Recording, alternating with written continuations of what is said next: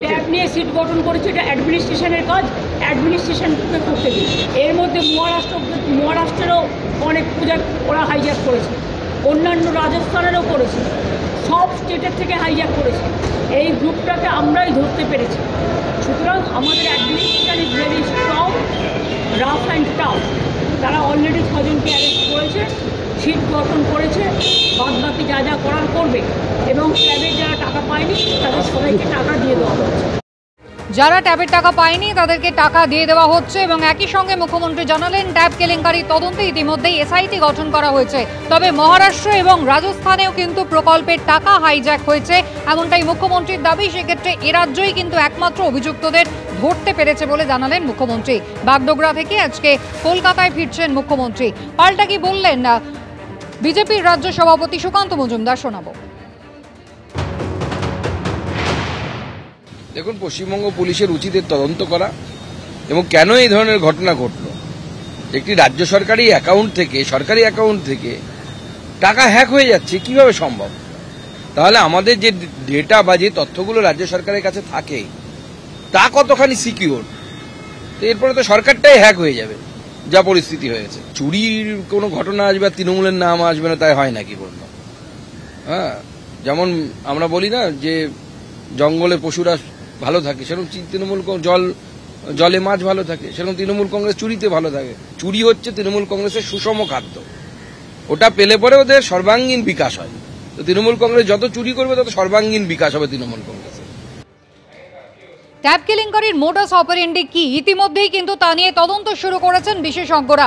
বিকাশ ভবনে তারা গিয়েছেন সাইবার বিশেষজ্ঞদের সঙ্গে নিয়ে এবং তথ্য যাচাই করে তারা যেমনটা মনে করছেন যে মূলত এই ট্যাব কেলেঙ্কারির এপিসেন্টার উত্তরবঙ্গ, উত্তর দিনাজপুরের চোপড়া, এবং সেখানে কিন্তু এই জালিয়াতি পরিচালিত এবং নিয়ন্ত্রিত হয়েছে একেবারে কেন্দ্রীয়ভাবে। বিকাশ ভবনে তথ্য যাচাই করে এমনটাই মনে করছে লালবাজার। সেক্ষেত্রে পড়ুয়াদের অ্যাকাউন্টে কিভাবে ট্যাবের টাকা ঢোকার যে ফ্লো চার্ট সেটাও খতিয়ে দেখা হচ্ছে।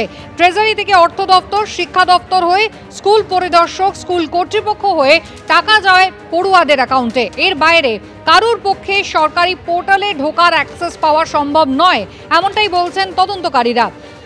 ট্যাবের টাকা বন্টনের ইন্টিগ্রেটেড সিস্টেমে কিভাবে কারচুপি হলো, কিভাবে মিলল সরকারি পোর্টালের অ্যাক্সেস? তাহলে কি সোর্সের মধ্যেই ভূত রয়েছে? কোনো থার্ড পার্টি বা এজেন্সিকে ডেটা এন্ট্রির দায়িত্ব কি দেওয়া হয়েছিল? প্রয়োজনে শিক্ষা দপ্তরের আধিকারিকদেরও জিজ্ঞাসাবাদ করবে পুলিশ।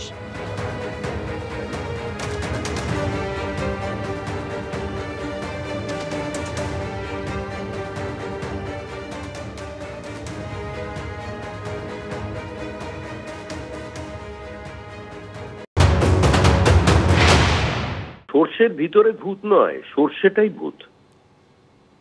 আরেকটি প্রাতিষ্ঠানিক দুর্নীতি, নিয়ন্ত্রিত দুর্নীতি, একটা পকেট থেকে জেনারেট করা দুর্নীতি। শিক্ষা পোর্টালের এরকম করুণ অবস্থা হলো কি করে? যে কেউ তাকে হ্যাক করে ফেলতে পারছে। ধরা পড়ছে কারা? ওখানেও তৃণমূলের যোগাযোগ। তৃণমূল থাকবে, দুর্নীতি থাকবে না, ফুল থাকবে, তার গন্ধ থাকবে না, এটা তো হতে পারে না। তৃণমূল মিড ডে মিলের চাল খেয়েছে, রেশনের ডাল খেয়েছে, চাকরি প্রার্থীদের চাকরিগুলো খেয়ে নিয়েছে, বোল্ডার খেয়েছে, কয়লা খেয়েছে, বালি খেয়েছে, জঙ্গলের কাঠ খেয়েছে, শেষ পর্যন্ত ট্যাবও খেয়ে হজম করে নিল। এটা দুর্ভাগ্য। যতদিন এরা থাকবে এগুলো চলবে। শিক্ষা দপ্তর বাদ দিয়ে কিছু হয় কি? আধিকারিকরা কিচ্ছু জানে না। আধিকারিকদের মাথায় যারা আছে মন্ত্রিমণ্ডলী, তারা কেউ কিছু জানে না।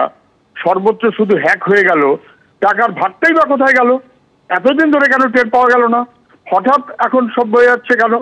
ছাত্রছাত্রীদের ট্যাব, তার টাকা পর্যন্ত যারা চুরি করে, রেশনের টাকা চুরি করে, ঘরের টাকা চুরি করে, এই বাহিনী পশ্চিমবাংলায়, এবং তারা মনেই করছে যত দুর্নীতি আর দুষ্কৃতি এটা করার আমাদের হক আছে, যা খুশি আমরা করব, পুলিশের হাত আমাদের মাথায় থাকবে।